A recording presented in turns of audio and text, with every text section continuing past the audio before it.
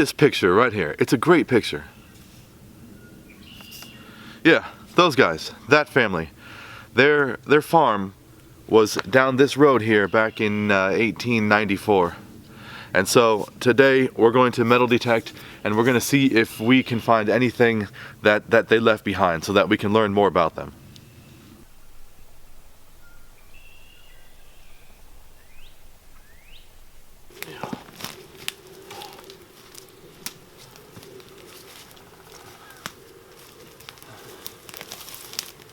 Yeah.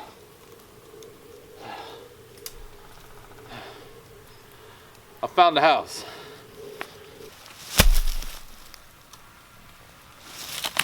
So the house, like every other house in the 1800s, had a stone foundation. And the house was up there on that hill.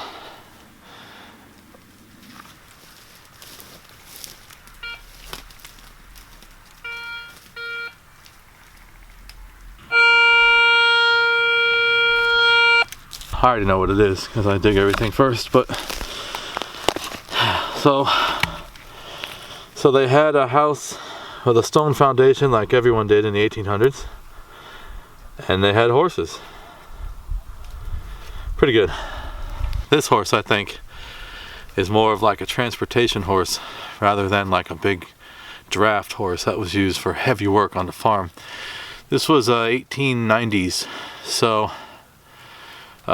by that time machines had come into play around here.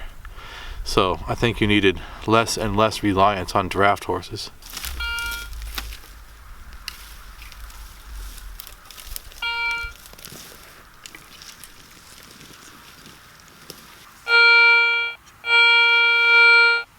Okay, so what do you think this is right here? What does that look like? That. So isn't that from like a horse bridle, you think? I think that's from a horse bridle.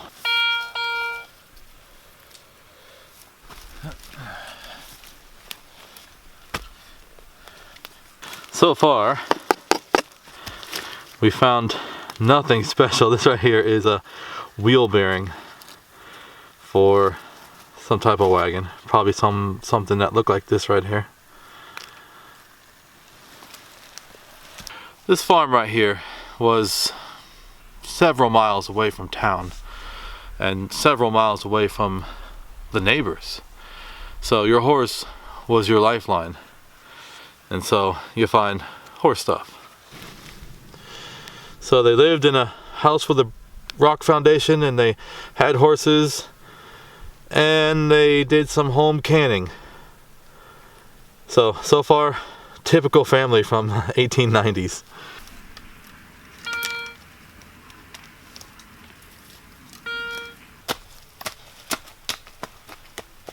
Alright, I don't show the digging for everything, but this is a heavy piece of Babbitt bearing.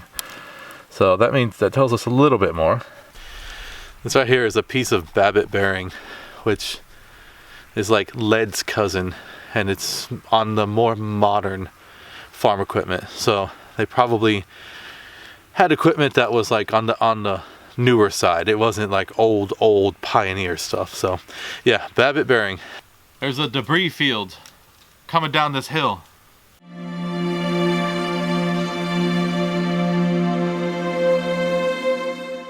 Well, the house was up on top of that hill, which is so overgrown that you can't even get up there. You can't detect up there. But I can see that there's debris coming down the hill from years ago. They must have went to the back porch of the house and just thrown stuff.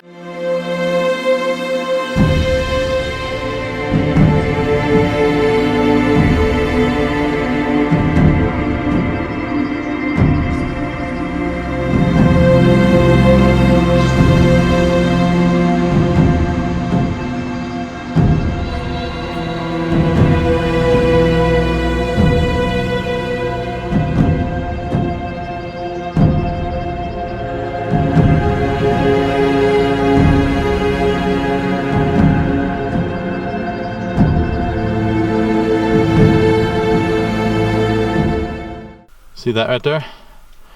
Every homestead has that. These clamshells are always at 1800s homesteads. Every 1800s homestead has these freshwater clams. They must have gone to the market downtown and bought this. And this would have been like fresh seafood. So we know that they ate freshwater clams, and most of the old homesteads have these just all over the yard. Yeah. That's a nice old bottle there. Let me show you a close-up.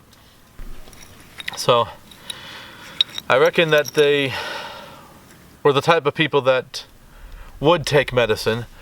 There's some really traditional Amish people that lived here. I don't know if they would have agreed with taking modern day medicine. They may have made their own.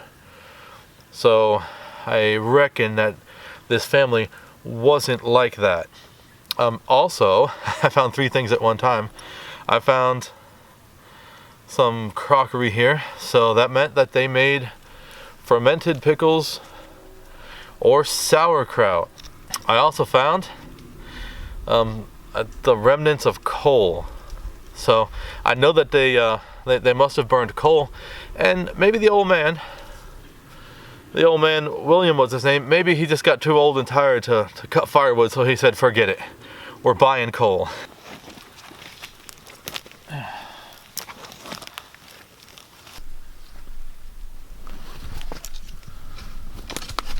I see something really good right here. Purple glass, manganese glass. All right, so you see how purple that glass is? Yep, manganese glass. So something in their house, in their kitchen, had that manganese-based clear glass. Of course, it's purple now.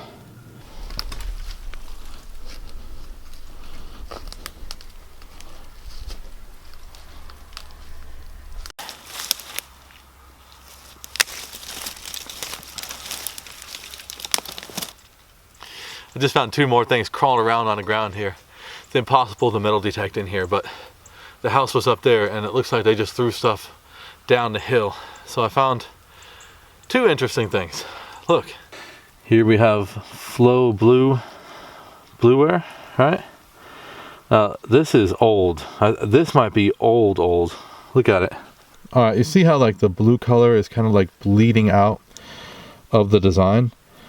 So the newer style blueware doesn't have that. The lines are really distinct, but this is kind of like flowing. I thought it was a piece of bone, but it's got a hole in it, perfectly round hole. And listen to this. If that's the old man's clay pipe, then that's a good find, to find something from the old woman and the old man. Wow.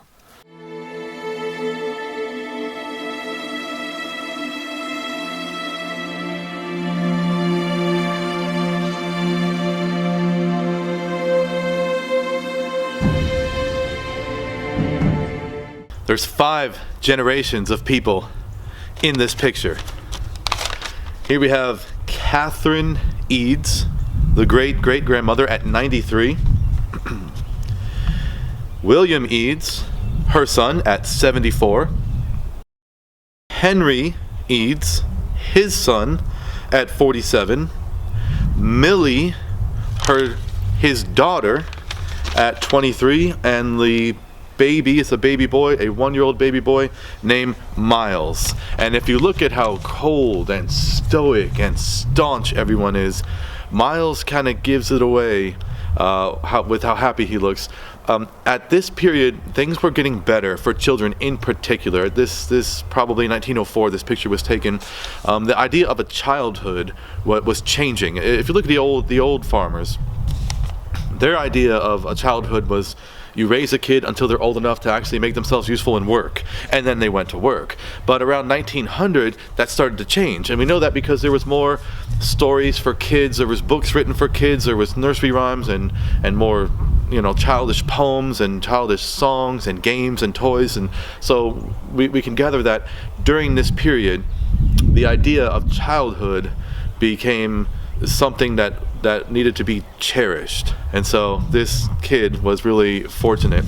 And so from my research, I gathered that the two old folks, they lived in that farmhouse towards the end of its existence. And so I found some, just nothing mind-blowing, I found some relics, just utilitarian things. The one thing that stuck out to me was the pipe stem. That is definitely a pipe stem. And so it's made out of this type of clay right here, which we still have.